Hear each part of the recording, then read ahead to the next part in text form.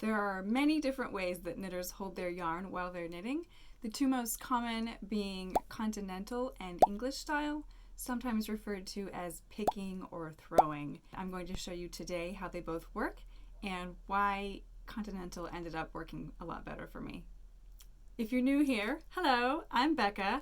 I've been knitting for about 25 years and I use my expertise and experience to break down techniques into all of the nuts and bolts so that you can not only understand how to do them, but why. When I first learned how to knit, I held the yarn in my right hand like this, which is called picking or English style. I recently heard someone call this American style, which was new for me. And I want to say, I've seen plenty of knitters knit very gracefully with English style, but I personally was never able to get the hang of the fancy stranding without having to let go of this needle, and that honestly was the biggest problem for me in letting go of the needle every time I wrapped the yarn around to make a new stitch. Either this needle would fall out or I had to have it propped up on my legs or a pillow or something, and it was just really awkward. I made English style work for me and I knitted plenty of really cool things, but the more I knitted and the faster I got, and then when I started using circular needles more often, I wasn't able to use my leg to hold up those needles and I got a lot less graceful. So finally, I decided to slow down a little bit and learn how to knit with the yarn in my left hand. I did switch over in the middle of a project. I don't know why. I was pregnant. Who knows? So my gauge was all over the place during this pattern. It looked terrible when it got done. So I do not recommend switching from one to the other mid-project. Take a break, finish one thing, and then just do a couple of swatches like you did when you were first knitting and practice that way.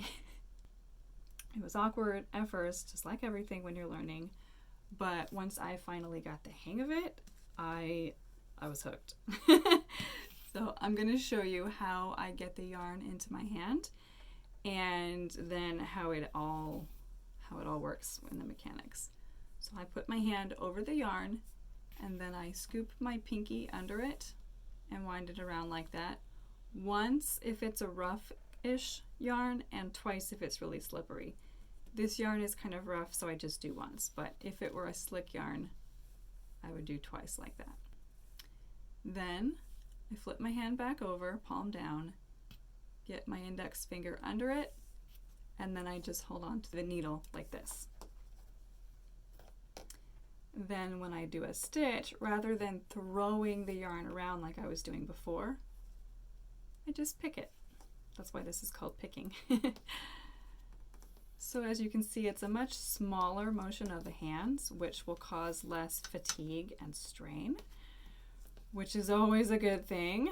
I'm not getting any younger. I'm going to slow it down for you and show you in super slow-mo so you can get a really good look at what's happening here.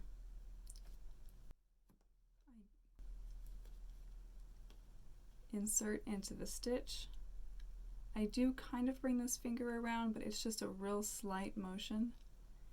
And then this needle is actually grabbing the yarn.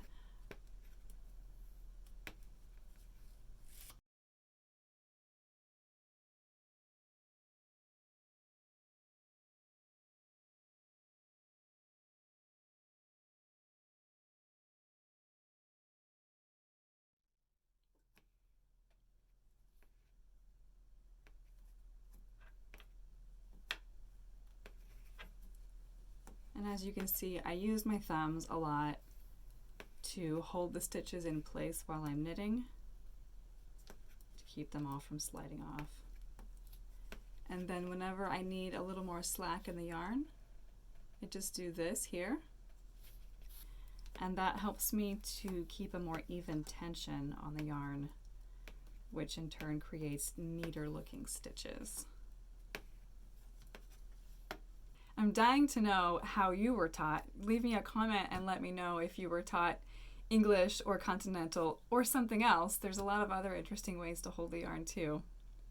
When I was in cosmetology school, they grounded into us from the very beginning not to work with your hands balled up and your wrists turned under. So like, say you're cutting someone's hair and you're like, doing this. That's not very kind to your wrists. You're going to set yourself up for carpal tunnel syndrome, and then you won't be able to work anymore. Well, it's the same risk for knitting. If you're knitting and you're like holding your needles under and your wrists are collapsed and stuff, this carpal tunnel in here is going to get crowded and possibly inflamed. And then if you start getting like pain and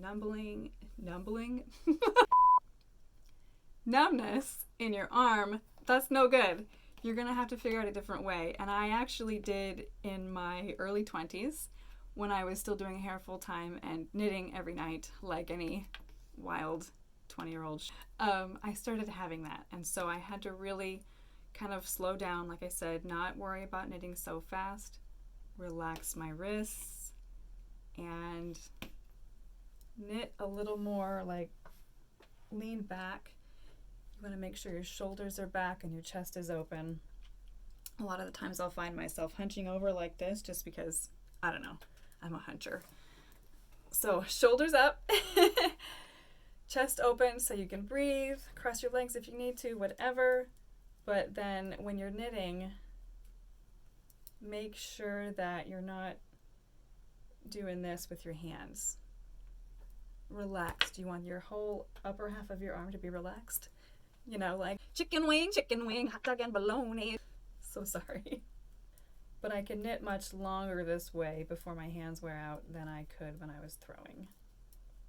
You'll notice I didn't cover purling Continental style, but I've got a whole other video on that coming for you. When it's live, it's going to be over here. So check that out. If you don't want to miss it, go ahead and subscribe and click the bell.